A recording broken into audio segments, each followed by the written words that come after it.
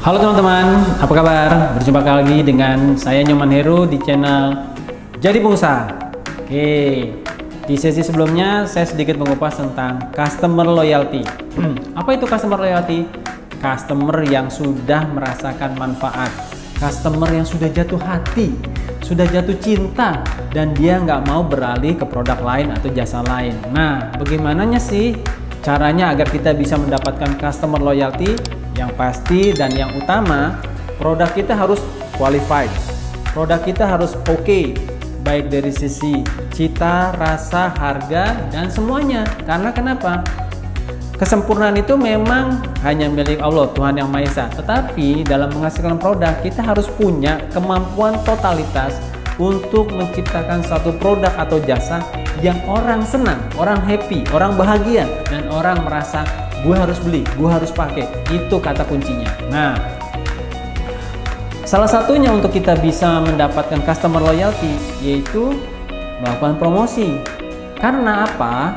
Promosi akan bermanfaat untuk meningkatkan loyalitas. Ya, sebelumnya saya pernah cerita. Saya sudah biasa pakai sabun mandi A. Kemudian saya merasakan ternyata setelah saya pakai sabun mandi itu, wangi tubuh saya itu dari pagi sampai sore walaupun dengan aktivitas yang padat masih tetap segar, sehingga orang yang beraktivitas dekat saya tidak akan merasa bau. Itu satu. Oke, pakai sabun mandi.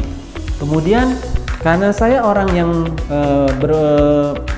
rambutnya menghasilkan minyak cukup banyak gitu ya, kadang-kadang kan karena aktivitas di luar ruangan gitu ya. Nah, saya pakai sampo merek dari produksi yang sama. Kemudian saya merasakan setelah pakai ini, rambut saya tuh lebih segar gitu ya, lebih ditata dengan mudah, contoh gitu. Nah, kan akhirnya meningkat dari satu produk menjadi dua. Oke, sabun, kemudian sampo. Terus apa lagi? Mungkin parfum. Dia kalau dia punya produk. Nah, akhirnya produk yang dia pakai dari satu macam, dua, tiga, dan selanjutnya. Mungkin dari saya, bisa juga nanti istri, anak saya, teman kerja, relasi, dan sebagainya. Pak Nyoman pakai sabun mandi apa sih kok wangi banget? Nah, akhirnya orang bertanya, saya cerita. Akhirnya saya yang tadinya konsumen, pembeli, akhirnya menjadi siapa? Menjadi sales, menjadi bagian humas, menceritakan produk yang saya pakai. Padahal itu bukan produk saya, tapi produk perusahaan, produk orang lain. Nah, itu yang disebut dengan namanya customer loyalty. Oke. Gimana cara meningkatkannya? Yang pasti kita harus menginformasikan. Informasi yang jelas, utuh, dan lengkap. Dan tidak perlu panjang bertele-tele. Kenapa? Karena kalau iklan itu harus efektif. Sekali mendengar, sekali melihat, sekali membaca, dia langsung nyambung, langsung paham. Oke. Banyak cara untuk menyampaikan pesan itu. Kita bisa lihat saat ini media komunikasi sudah cukup banyak. Dulu ada yang disebut dengan media mainstream. Apa itu media mainstream?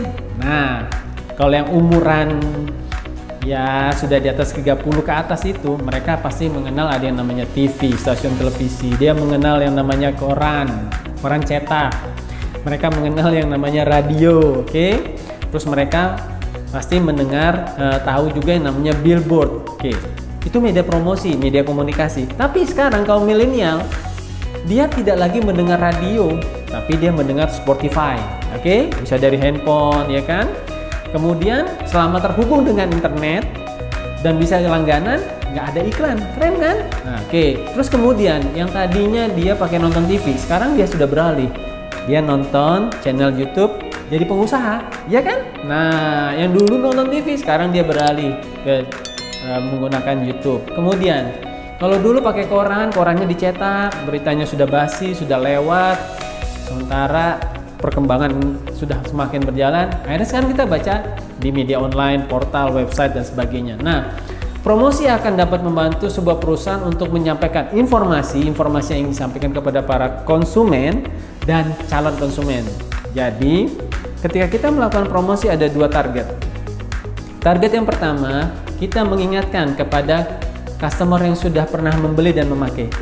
Pakai lagi ya. Beli lagi ya. Ayo beli lagi, beli. Aku masih ada. Gitu ya. Ini untuk customer yang sudah pernah pakai, sudah beli. Kemudian promosi dan media komunikasi ini untuk orang yang belum. Bapak, Ibu, saya punya produk ini manfaatnya ini loh. bisa didapatkan di sini dan harganya ekonomis dan manfaatnya banyak. Jadi ada dua, yang sudah beli dan yang belum. Dengan ini kita akan bisa mencapai dua. Oke, mendapat banyak. Oleh karena itu, media komunikasi ini perlu dibangun. Caranya gimana? Ya, kita harus punya konten yang menarik, kemudian grafis yang bagus, tulisan yang baik, yang mudah dipahami, yang disebut dengan copywriting, sehingga pesannya sampai dengan cepat. Karena sekarang orang nggak mau lagi tuh nonton yang lama-lama gitu. Karena kenapa? Bosen. Butuh sepersekian detik, orang harus tertarik, orang pingin gitu ya. Baik, selanjutnya kita juga lihat media komunikasi ini akan direct. Kalau dulu kita harus nyalain TV, nonton. Sekarang enggak, di handphone, dari tangan kita. Nah, saluran komunikasi ini semakin lebih private, lebih direct, dan harus one by one. Oke?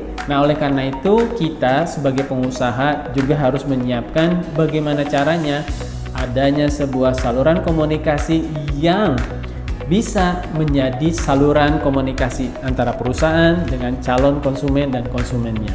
Seperti kami, jadi pengusaha, untuk teman-teman bisa ikut dan mendapatkan informasi bagaimana menjadi pengusaha yang baik, handal dan profesional dengan cara like, share, dan klik tombol lonceng di bawah ini agar selalu mendapatkan informasi terbaik, informasi pelatihan, pendidikan, sekolah, dan kegiatan-kegiatan yang lainnya dalam rangka meningkatkan kapasitas kita. Belajar, dan belajar agar kita selalu menjadi yang paling terdepan dan kita selalu adaptif dan siap menerima tantangan di setiap masa, di setiap zaman. Jadi pengusaha,